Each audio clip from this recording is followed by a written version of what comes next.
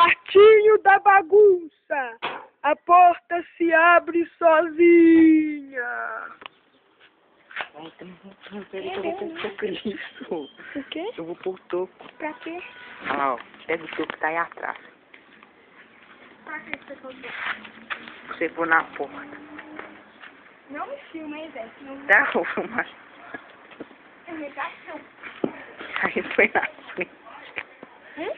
Põe na frente da porta.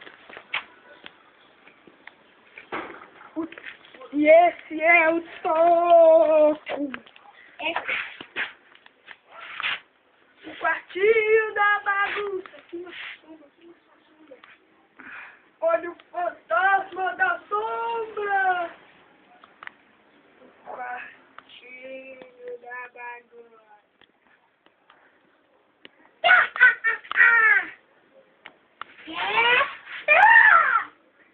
Você ouve vozes no quartinho da bagunça.